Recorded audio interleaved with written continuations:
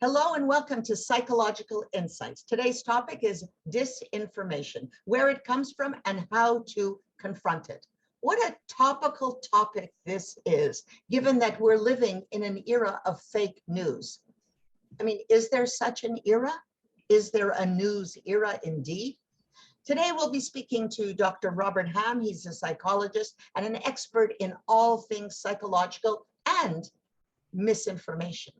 I'm Pat Kazakov. Stay with me.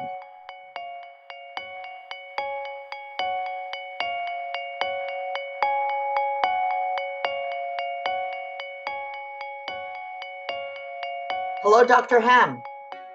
Hey there, Pat. So what is this thing we're calling disinformation?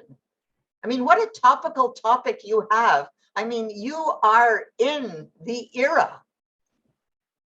Yes. So what exactly is this? What exactly is disinformation? The media today, I mean, we all know how powerful it is. And everybody has their smartphones and their laptops and their tablets and television sets, et cetera, not to mention the old-fashioned way through newsprint. I still get the paper, so I'm old-fashioned. But it's such a concern that the information that we're getting is unreliable, and it comes from so many different directions, whether it's a retailer selling a product on Facebook or just on the internet in one form or another, or if it involves politics, or there are conspiracy theories and hoaxes, and nobody knows exactly where to turn to get the truth. Well, so this disinformation, somehow it misfires. I can't believe that everybody wants to disseminate information that isn't true. It just sort of misfires and somehow gets translated incorrectly. I don't know if it's exactly that benign. I think that there's a lot of reasons why people disseminate information. Somebody has an idea they want to sell, they want to influence people. Some people are a little bit more careful about being honest and truthful than other people. Some people have an agenda or an axe to grind. As I said, if you want to sell a product, so fake news, as distinguished from disinformation, is an internet phenomenon that is largely based on retailers or individuals trying to sell a product that isn't exactly what it's advertised to be. So we all know that advertising tries to emphasize what is appealing. In fact, I was just watching a documentary last night on cigarettes and the cigarette era and the Marlboro Man, how on Madison Avenue, I guess Mad Men, the TV show, you'll see everybody smoking a cigarette all the time. And we all know how bad cigarettes are for you. So, how honest or dishonest was the tobacco industry? So give me, you're using these words, fake news and disinformation. Give me, where did this term disinformation come from? How did it start? According to Thomas Ridd, in a book that he published a couple of years ago, on this phenomenon, disinformation originated as a term in itself in Soviet Russia back during the Cold War, when they were working on trying to leverage an information war against the West by disseminating false information or withholding information. The Soviet Union back in the day was notorious for withholding all kinds of information. And they're not the only culprits. I'm sure the United States Well, But during that era, I don't think I was around during that era. So my question to you is, right now we use the term fake news. Everybody's heard of that term. During that era, during the Cold War with Russia, did people use the term disinformation? Was it a term? yes, that's what I'm saying. That was it. It's a Russian term. It was introduced as a term uh, by Soviet Russia as a form of warfare, political, uh, uh, uh, sort of a political uh, ploy, if you will, weapon, weapon, information as a that's So weaponized. how does that distinguish itself from the term propaganda? Because I recall the term propaganda used during Nazi Germany under Goebbels, who was in charge of propaganda. How does that differ? Right. I before I read about Thomas Reid's book. I thought they were synonymous, but he makes a distinction that propaganda does not involve necessarily false information, or disinformation does, where the information is promulgated to that is false in order to influence people politically. Um, Propaganda is not necessarily fake or false. But it uses non-rational arguments to further a political movement. And it didn't start with Nazi Germany, evidently. That term has been used, and propaganda has been around for hundreds of years, according to Thomas Reid. So it actually has an earlier beginning, much earlier than disinformation as a term. But the concepts are a little have sort of a gray sort of differentiation from one another. But Reid kind of tries to parse those out and makes a distinction. That disinformation is a more modern phenomenon, first introduced in Soviet Russia, and now today it's become a real problem, and we see this now worse than ever with the 2020 presidential election. Well, you know what? I have one more. I'm listening to you, and I've heard a few other terms. We're talking about this topic is about disinformation, but I've heard the term misinformation. How does that differ? Well, misinformation, I know it's confusing. Misinformation is, I use the analogy of evolution. Evolution depends on mutations. Mutations are misinformation when our DNA sort of misfires and does not replicate an exact replica of itself. It's an accident. Misinformation is an accident. Disinformation is intentional. It So has so misinformation is, I mean, that's the big distinction. One is intentional and one is not intentional. That's right, exactly.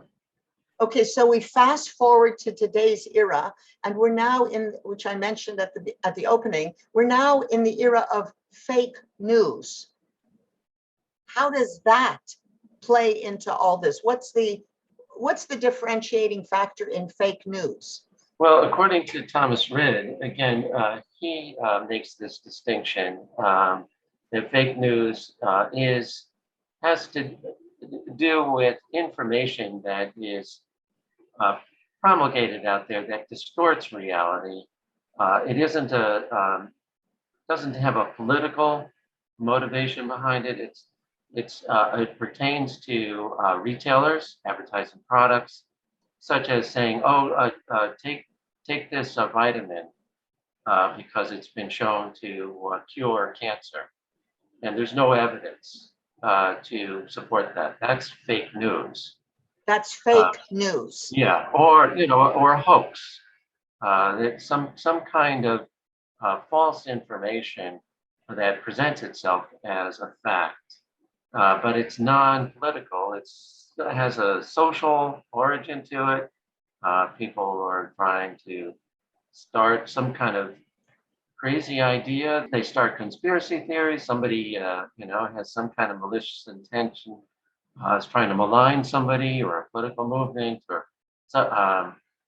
or selling a product, and it's not reliable. There's unreliable evidence, or it's false evidence to. So what I'm hearing from you, and which I did not realize, I thought fake news was a term that was coined during President Trump's era. Am I incorrect? Was it around before?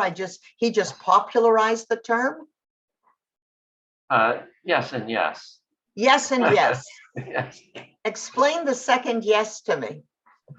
Well, I mean, yes, President Trump did popularize it. He uses it all the time. Yes. And we all know, I mean, what his agenda is. But it's, it is used. I think he's using it properly.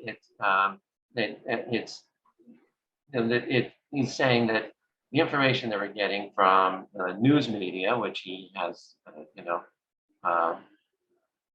so much animosity towards, is all slanted against him. And because it's slanted, right, that it's fake, that's using hyperbole, and Trump is known to be prone to hyperbole, right?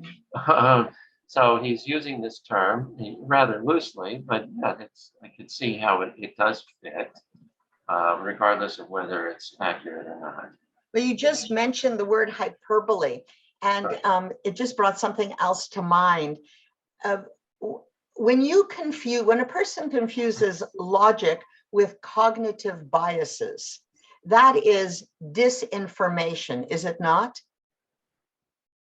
No. What would that be? What would that be? That's a cognitive bias. Cognitive biases is what allows disinformation to be effective. If someone makes a statement that they want to put forth that's not true, they'll rely on people's tendency to believe things that are not based on logic, but rather on cognitive biases, because we're all susceptible to them. So a cognitive bias is a distortion in our mind that we mistake for being rational or logical. So give me an example of logic versus cognitive bias that's very, very common in the world. Yes, good. Well, Daniel Kahneman, wrote a Nobel Prize laureate, wrote a very popular bestseller book about 10 years ago called Thinking Fast and Slow. And his research with Amos Tversky several decades ago was all about how people think they're making rational decisions when they're not. And he had a classification system, a whole list of them, different ways that people distort their logic. They mistake their distortions and biases for being logical. So would an example be like most people are afraid of riding, of being in an airplane, but they're not so afraid of driving, when indeed there are more accidents caused on the road than caused in the air. Would that be an example of cognitive bias versus logic? Right, and so he had a term for that. It's called the availability heuristic. That information that is more available is given greater weight when we come to conclusions about how the world works. So it seems as though, because plane crashes are sensationalized, that they're much more dangerous to ride in, when in fact, if you look at the statistics, more likely to be injured or killed in an automobile accident, simply because there are so many more automobiles out there. That's logical. Right, but we are more fearful of riding in a plane than an automobile, because an automobile is something that is just taken for granted. It's part of everyday life. Plane crashes are sensationalized, and so they're salient in our emotions. And when our emotions influence our ability to reason, we have a cognitive bias. Um, or another example would be climate change, which should be accepted, I think, just as a fact, but yet it's still debated. And part of the reason for that is a cognitive bias, that if it doesn't affect us on an everyday basis, it seems like, oh, well, that's the fickle weather. It's easy to assign changes in weather patterns, even if they're more extreme, to the vagaries of climate, rather than some kind of real change that is threatening our survival. So that's another example of a You know what I see as I'm listening to you, I'm realizing that these examples and this way of thinking is also reflected in the culture. For example, our newscasts. The newscaster, Walter Cronkite and Brinkley and Huntley, these were sort of like the news came from them and you trusted them. And now you don't have that sense anymore. You have more sensationalized newscasts, breaking news, or now in the moment, for the moment. That gives a very good example of how the culture is changing, I think. Yes, I think that there's today, I mean, since I was a young man, the news is degraded in the media, so it's very hard. I mean, there are certain, I think, channels like BBC where you can get a more objective, but it's more like somebody, it just has some kind of political slant idea. It's a tribalism, and so it does create in people's minds, if we live in these silos of information in the media, whether it's on the internet or on television, and it distorts people's perceptions of reality. So people are only hearing things and going to things, as you know, that give information that confirms what we believe. So this is called the confirmation bias. What's this called? Sorry, can you repeat that? Confirmation bias. It's another cognitive, bias. That I mean, that's been written about since the 1500s. The philosopher Francis Bacon called it the idols of the tribe. When we seek information and believe information that confirms our preconceptions. And so that's another way that the media has contributed to cognitive biases, and cognitive biases paves the way for disinformation. So I can see that this disinformation can be used not just it can be used as a political and a psychological tool. Oh, yeah. How does is all this related to critical theory also? Is there Hannah Arendt's critical theory? Is there some, does misinformation fold into this? Yeah, I don't know if Hannah Arendt was a critical theorist, but her ideas were, I think, sort of related to the critical theorists, which was a group of philosophers back in the 1940s from Germany. But yes, it does. The writer who stands out in my mind, the philosopher's name is Michel Foucault, who was influenced by Nietzsche, and I've talked about Nietzsche before. You've mentioned Nietzsche before. Right. Nietzsche is one of your favorites. Yeah, well, as a reference point, as a reference. I mean, he's germane to this, this issue of disinformation. He felt, Nietzsche felt that, Western civilization was creating a misconception that it was helping people to become more free and empowered, when it was actually doing the opposite. So that's an example of disinformation, because there's an agenda to weaken the masses, to maintain order and control. And Foucault believed the same thing. He wasn't a critical theorist exactly, but I think his ideas were related to that group of philosophers from Frankfurt, Germany, who were called the critical theorists. Yes, they believe that a lot that is accepted as truth is influenced by politics, but it presents itself as truth, as objective. So here's where critical race theory comes in, which borrows critical theory. It's applied in this instance to race, stating that the general understanding, let's say in the United States, is that we dealt with racism, everything is equal now, everybody has equal opportunities. And so critical race theorists say, no, that's just a trope. That's just an idea that's being disseminated to cover the fact that, in fact, if we look at the evidence, it appears that racism still exists because of how power, economic strata are still very disparate in this country. So would you say, I mean, I'm amalgamating a little bit, but would you say that we are now in the era of post-truth? Yes, that's Hannah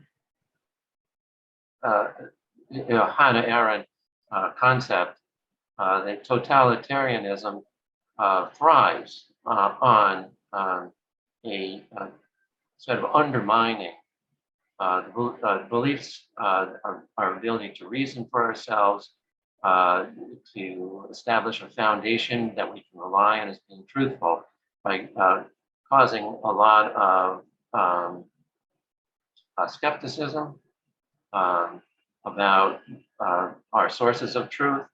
And the less reliable that information becomes, the less confident we are in knowing what the truth is.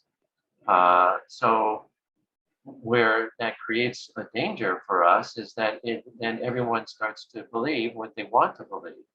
And they're more susceptible to being influenced by populists, political leaders who use that for power, to harangue groups of people for a political agenda, who are easily influenced because no one knows, there is no common truth anymore.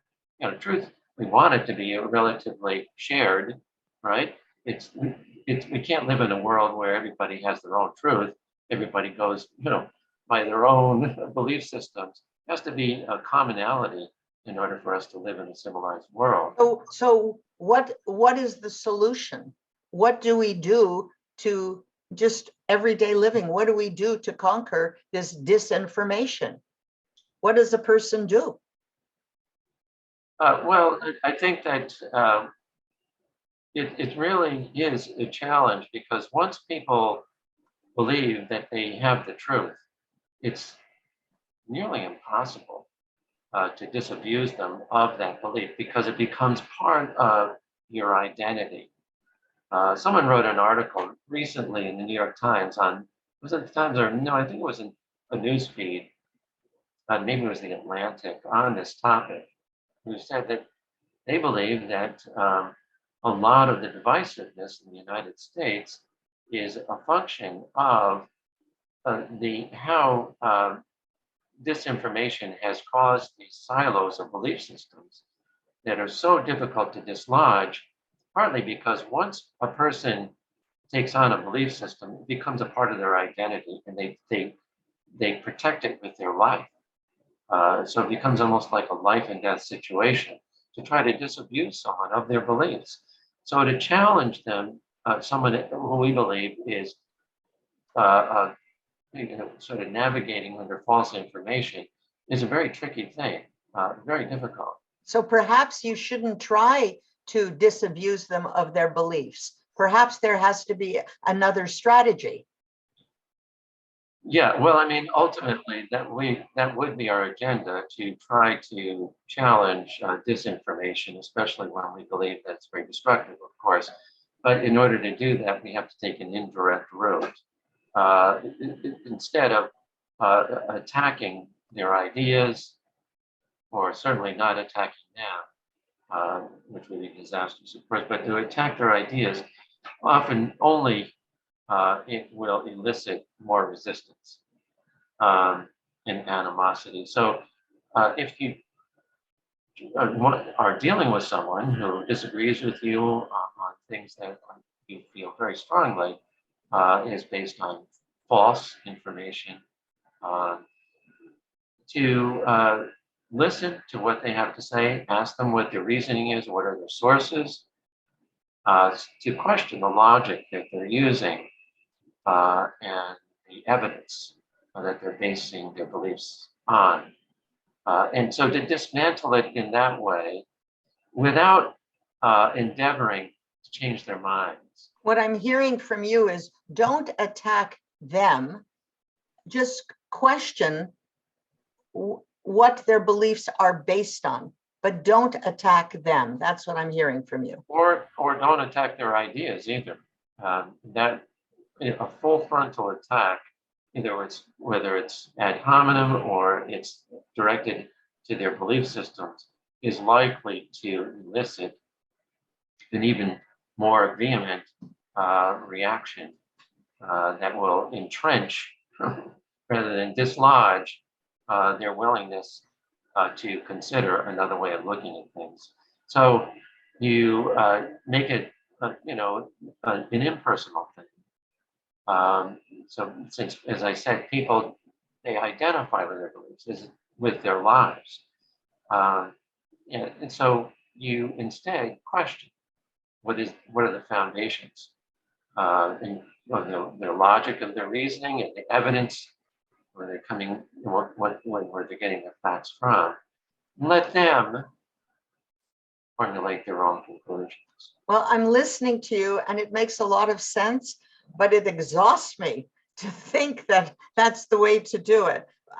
You've made it very, very clear the differences between disinformation, misinformation, propaganda, fake news, and it's a very, very topical topic. And I think probably people who are listening to this are going to become conscious of what's going on around them, because that's what this is all about.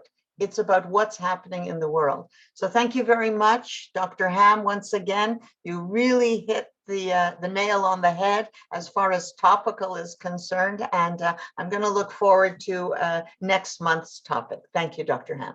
Okay, thank you, Pat.